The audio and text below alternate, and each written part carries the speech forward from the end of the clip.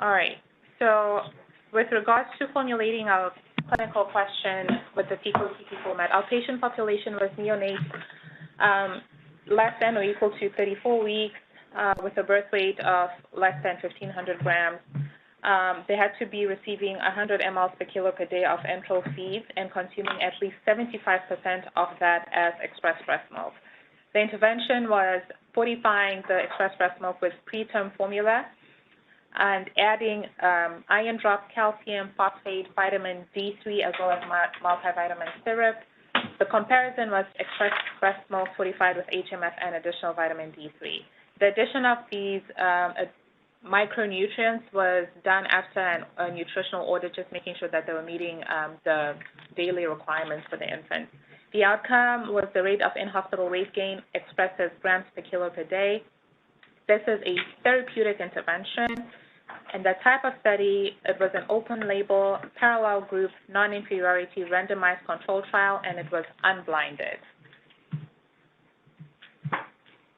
All right, so study design, we talked a little bit already. It's open-label, non-inferiority, randomized trial. It was unblinded. It took place in a level 3 NICU in Delhi, India, from December 2017 to June 2019. They obtained written informed consent from at least one parent.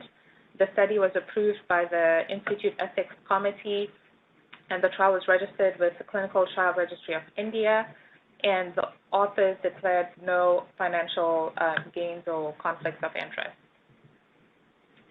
So for the inclusion criteria, it had to be neonates who were born at or before 34 weeks of gestation and with a birth weight of less than 1,500 grams, so very low birth weight infants. They had to be taking at least 100 mL per kilo per day of enteral feeds, and then at least 75% of that had to be express breast milk. Any infant taking less than 75% of their feeds as express breast milk, or any infant with major congenital anomalies was excluded or could not participate. This is how they went about selecting their patients. Started out with 153 who were eligible. They excluded those taking less than 75%, death or major congenital anomalies. They randomized 123, and the numbers were pretty even, 60 randomized to preterm formula, 63 randomized to human milk fortifier. One was off to follow-up, and so the data analyzed was 59 in the preterm formula and 63 in the HMF group. Oh gosh, this is really tiny. I'm not sure if you guys can see that if you squint hard.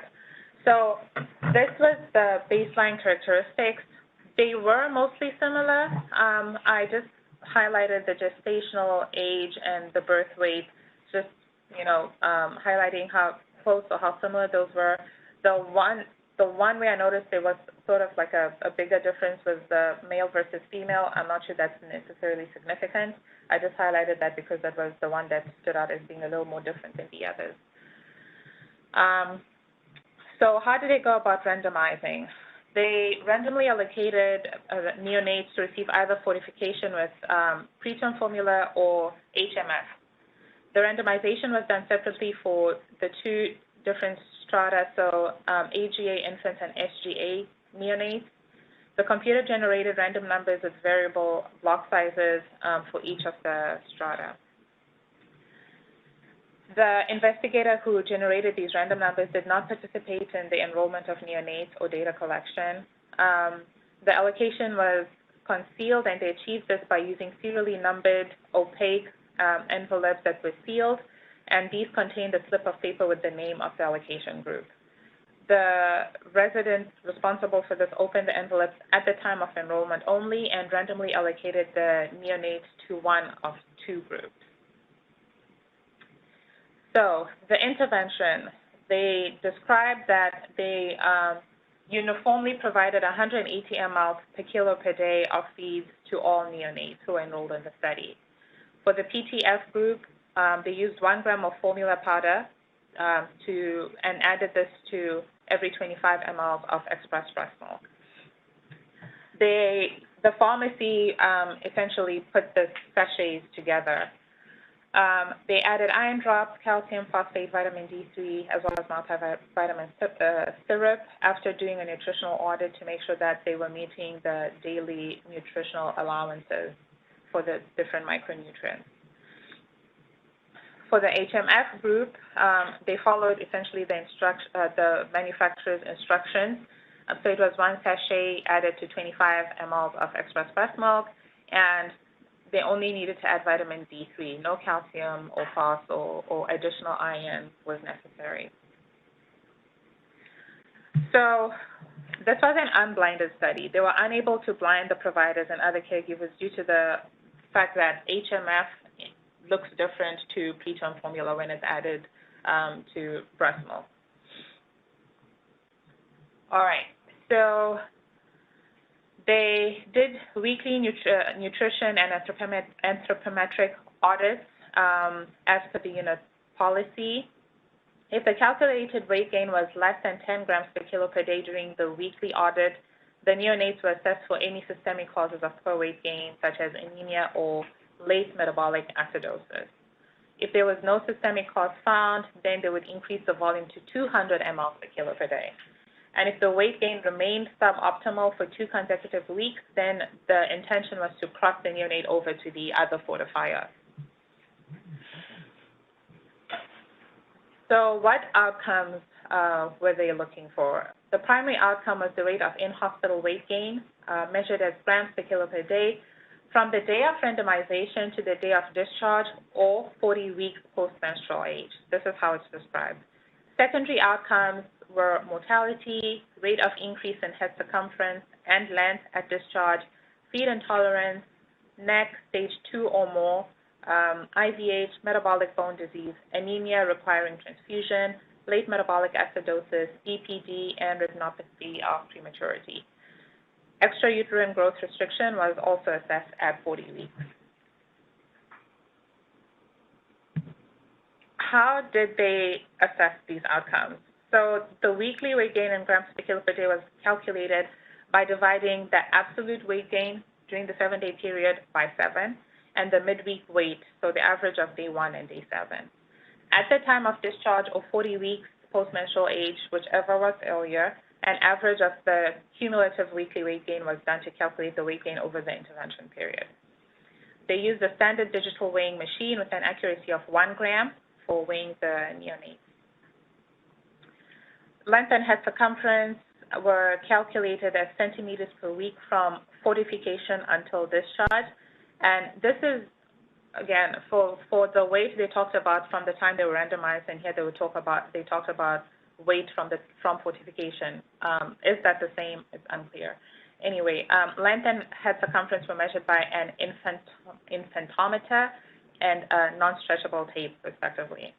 The incidence of sepsis, late metabolic acidosis, NEC, IVH, BPD, ROP, metabolic bone disease, and PDA were recorded as per standard definition. So this was the definition for feed intolerance that they adhered to in their unit.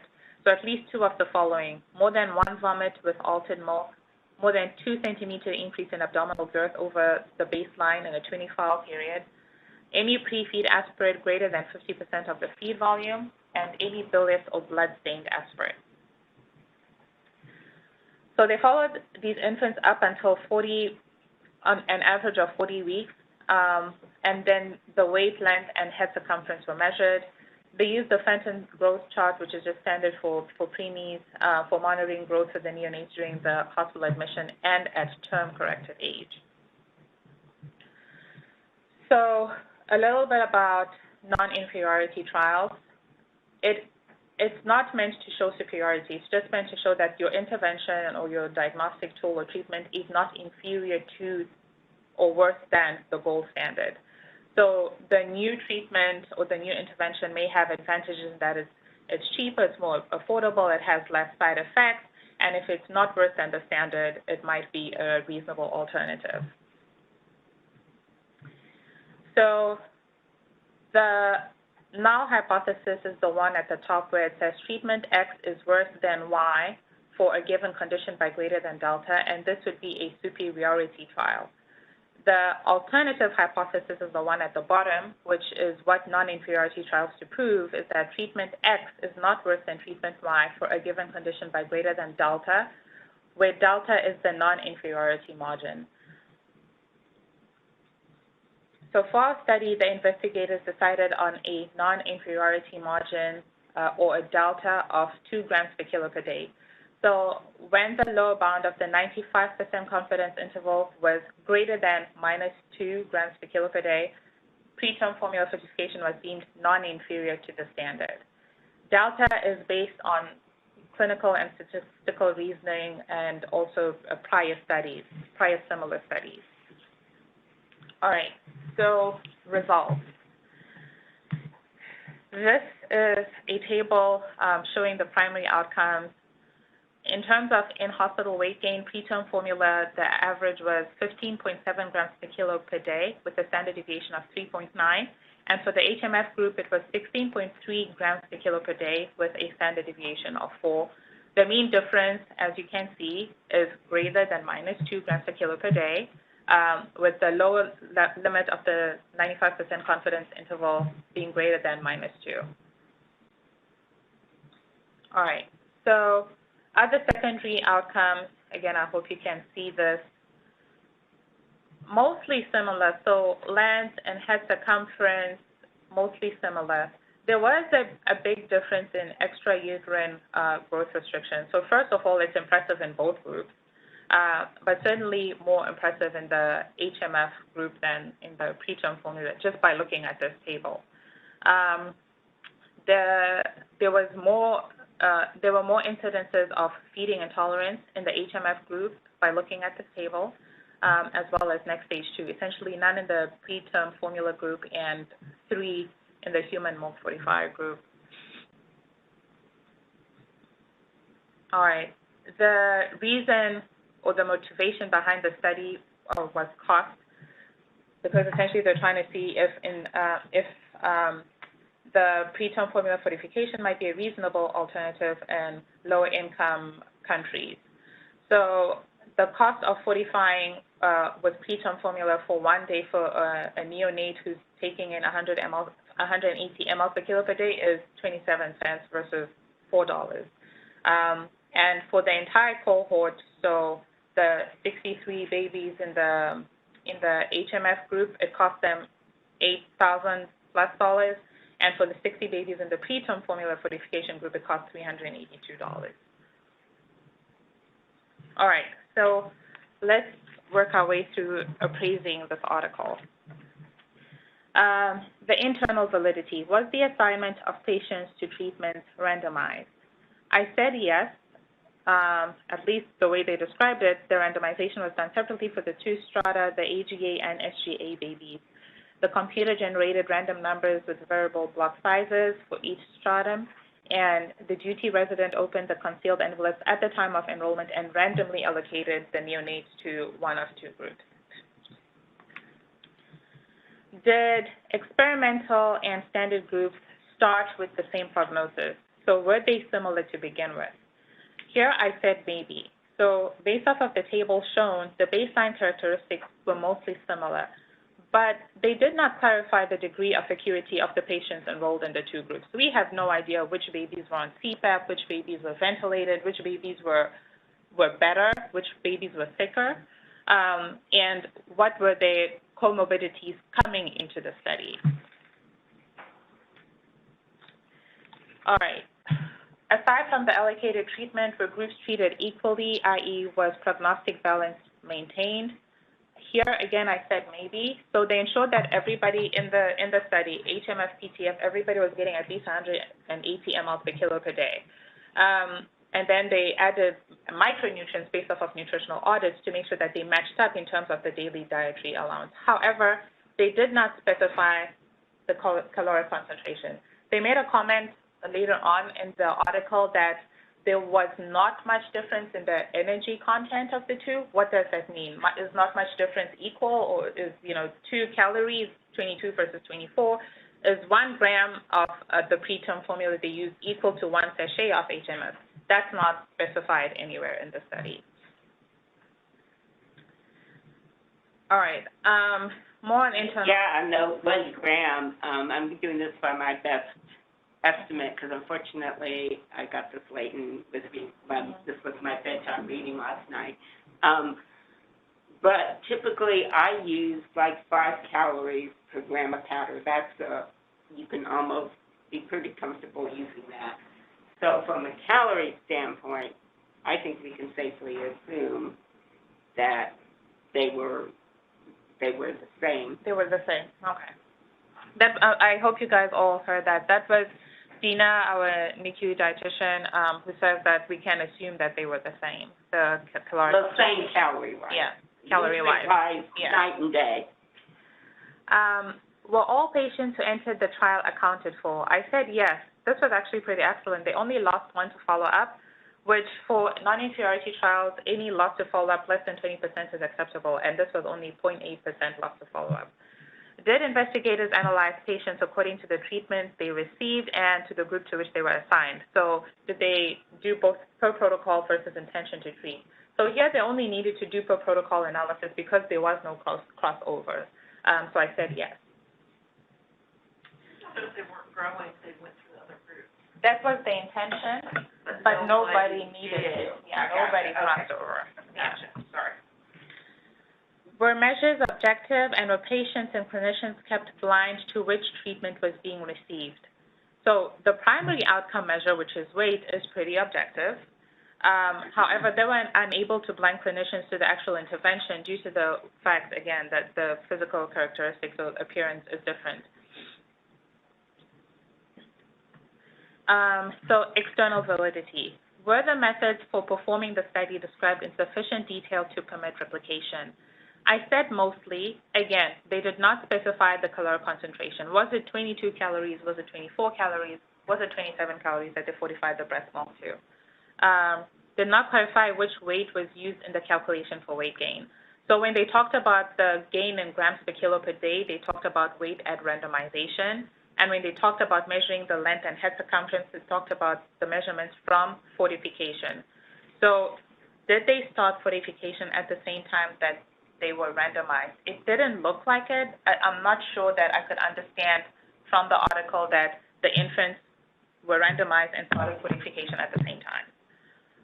And again, a day can make a big difference with these lower ones in terms of grams. So if they were randomized on Tuesday and only fortified on Wednesday, that would make a difference in which measurements. What if they already have supply, like we hear about that? I've already mixed this, I already have supply made, should I use it? Were all patient important outcomes considered? I said yes. The secondary outcome measures were pretty broad. Can you please move that up there? Are the likely advantages of the experimental treatment worth the potential harm and cost? So looking at the tables, again, the PTF group had reduced incidence of feeding intolerance and NEC. PTF is more affordable. However, they did not take into consideration the time and cost of adding the micronutrients to the PTF. They didn't talk about that. They just said that we added the calcium, multivitamins, et cetera, but is this like practical? Will the results help me in caring for my patients? So this is talking about the external validity or applicability. So were the study patients similar to my patient population? I said yes. Premature, very low birth weight neonates in a level 3 NICU, absolutely. However, the cost of HMF in hospital is not an issue, particularly for our NICU, because essentially we get it for free. HMF, we get it for free, and then any patient who's been in the NICU for greater than 30 days qualifies for Medicaid. So parents or patients do not get charged for this HMF. The feeding volumes they used were pretty impressive, 180 to 200 ml per kilo per day, which is not the standard in our NICU. And then also the criteria they use for feeding intolerance differs. And again, this is for Dina really. It would be interesting to find out the cost, time, money, and even for Susan, the cost in terms of time or money of separately adding micronutrients to preterm formula. The iron, the calcium, the vitamin D, making sure that it matches up and it's adequate. And also you would also want to look like it. Did they have any, medicine to did anybody do anything incorrectly? Yeah. Adding all the separate. Yeah. Yeah, because, I guess that what comes to mind to me with the supplements is I'm curious about zinc. Unfortunately, I wasn't able to see their table of the nutrient composites because they were in a different location. But when we fortify breast milk with infant care powder to 24 calories, for these preterm infants, you would need to increase the calcium per 100 ml by 70, the phosphorus by 40 milligrams. The protein is about 2/3 of, even less for a little one, of the recommended 4 grams per kilo. And then zinc, you'd have to add 1+ milligrams of zinc. And I guess my other concern is they mentioned about the osmolarity. They're saying it's less osmolar to add powder than it is to HMF. The HMF do not add a whole lot of osmolarity because if you look at the ingredients in the Infamil HMF, the ingredients were selected to not add osmolarity. There isn't any carbohydrate in there. The Similac HMF is a little higher in osmolarity because of the ingredients that are in it. But multivitamins are hyperosmolar. My understanding is that calcium and phosphorus supplements are hyperosmolar, and depending on the source that you use, unfortunately, the source that we use, since we're not using the calcium we put in TPN, adds fluid, which would then take away from their nutrition, and my understanding is that they're hyperosmolar also. But they really don't. They mention nothing about making the protein equivalent. Yeah. It wasn't. They talked about it later that HMF actually had more protein than the PDF. Yeah, and if they're using 10 grams per kilo per day, that's low. Your goal is 15 to 20. So I think that 15 to 20. That was low. I would not have selected length in this study for a secondary outcome. The reason being is you can feed these babies enough calories and they're going to gain weight. What you don't know is the composition of that weight gain. And length is the best indicator that we would have without measuring body composition to determine if we're getting lean muscle mass accretion as part of that weight gain. So are you saying you'd actually put length as a primary outcome as opposed to secondary? I think it's a real important. I mean, there is research suggesting that there is a link between length and outcomes. And lean body mass and neurodevelopment up. Yeah. So I think that and of course the reason why we're not selecting we don't check aspirates is because in and of themselves they're not a measure of feeding. It's not a measure. Yeah. They're not. Well, a measure. I was going to say the feeding intolerance criteria were interesting because, aspirates really don't show a correlation to feeding intolerance. If depending on where in the stomach you're checking and stuff, you can almost always get some aspirate back of just gastric secretions and stuff like that, even for a kid who tolerates and empties their food well. We stopped checking aspirates several years ago officially. Occasionally nurses will come and show up with different colors of things. At this point, it's pretty rare that they'll just show us formula or clear aspirate and stuff and the volume is, even high volume aspirates, there's too much overlap of normal with pathologic. Certainly kids who develop necrotizing enterocolitis will tend to have an increased volume of aspirates in the 24 hours preceding the diagnosis of NEC. But the problem was there was so much overlap with normal, you could not sort that out in terms of that being a meaningful clinical criteria. The other thing is abdominal circumferences or abdominal girth. Most places in the United States have stopped doing those at this point for over a decade because it also is it's one of those things that makes you feel good because it's a number. It's an objective criteria, but there's really no correlation with pathology and abdominal girth in neonates that a lot of places have stopped using. So when I saw the feeding intolerance criteria, I'm like, those are interesting. It's a hard, and calling it a diagnosis really isn't even a good term because it's more a symptom. And it's hard to truly define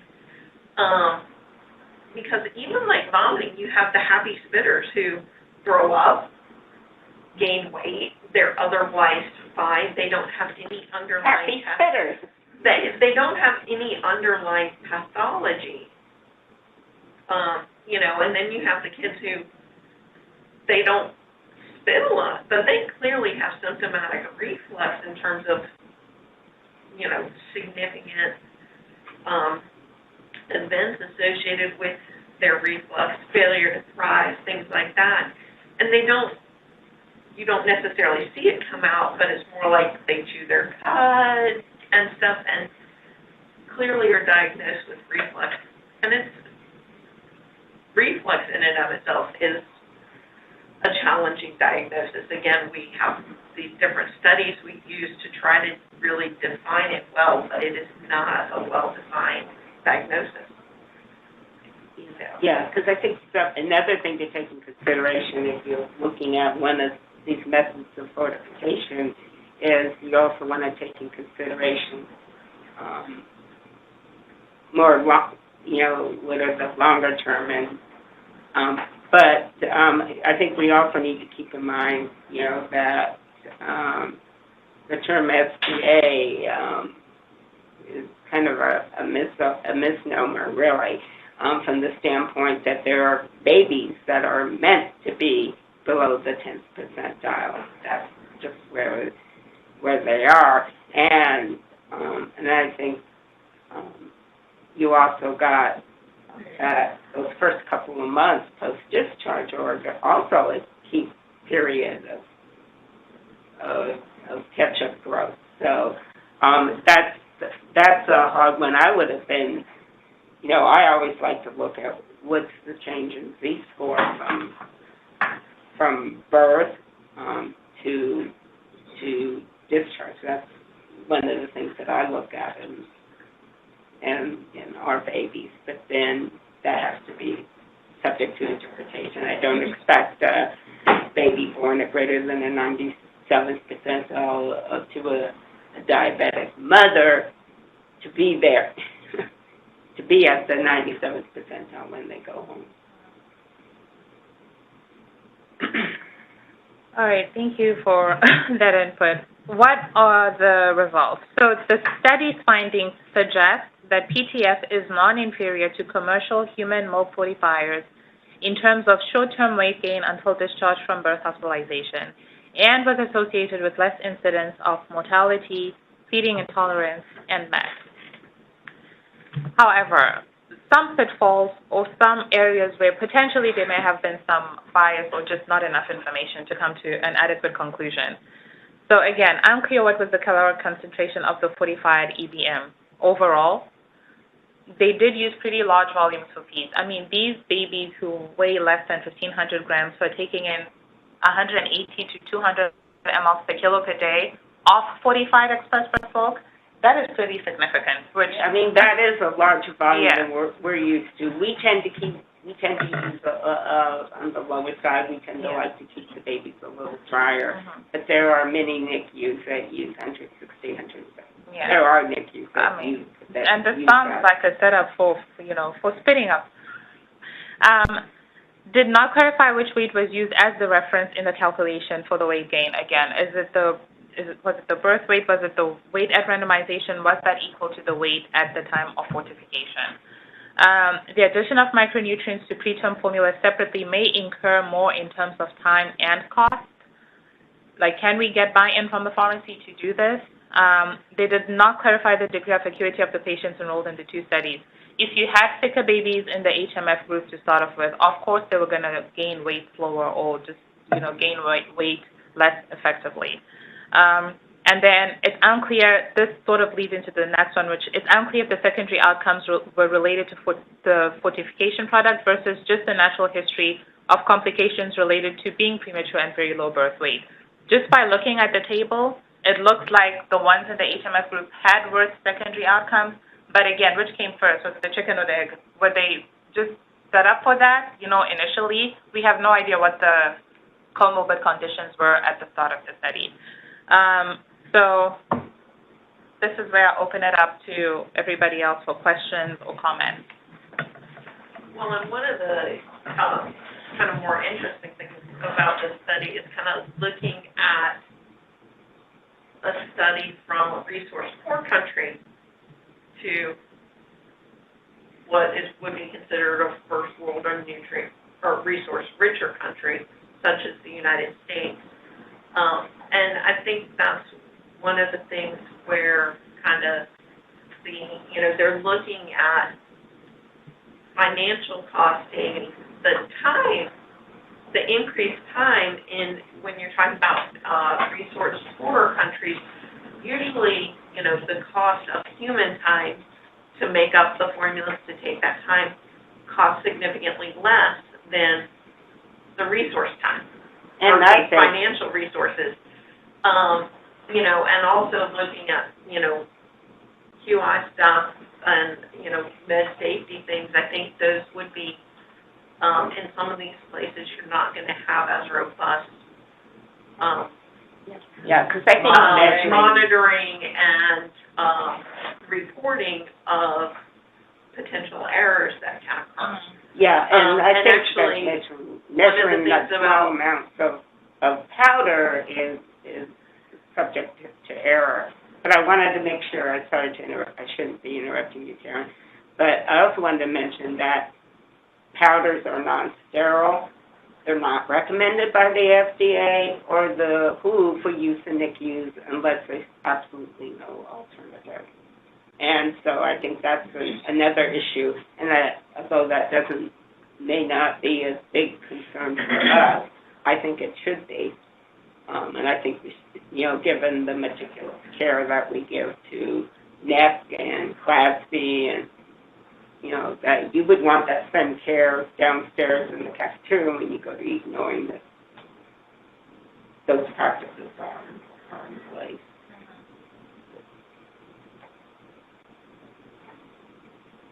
And we talk about bias, because this is why we blind studies, is to help decrease the amount of bias.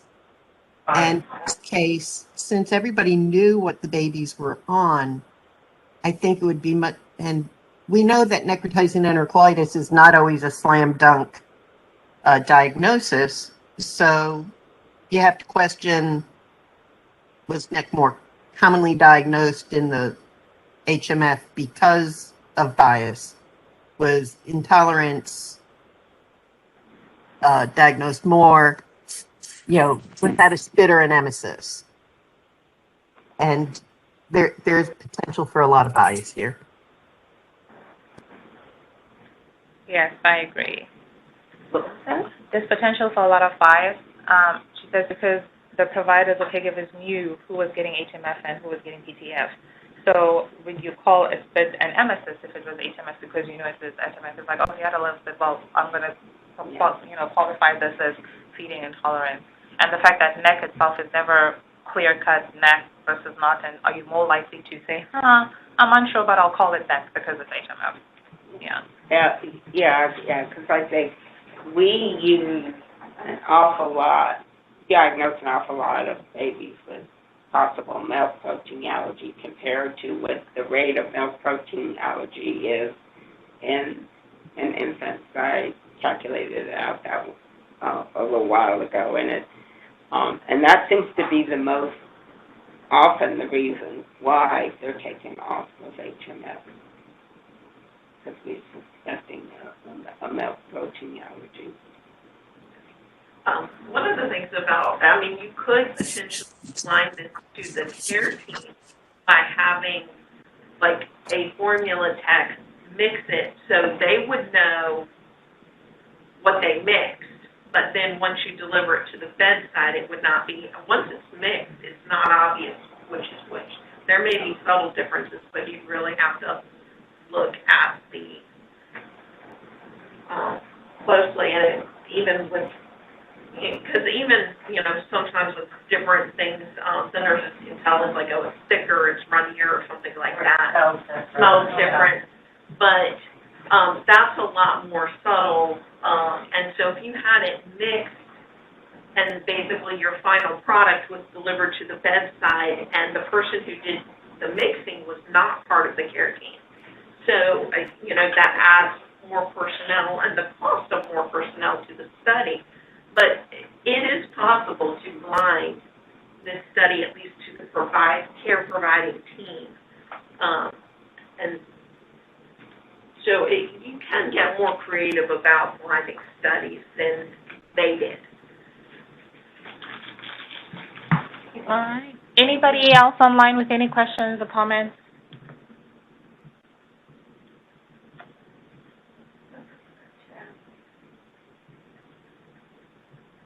I don't see any questions from the chat. All right. All right. Thank you. That's it. Thanks for joining.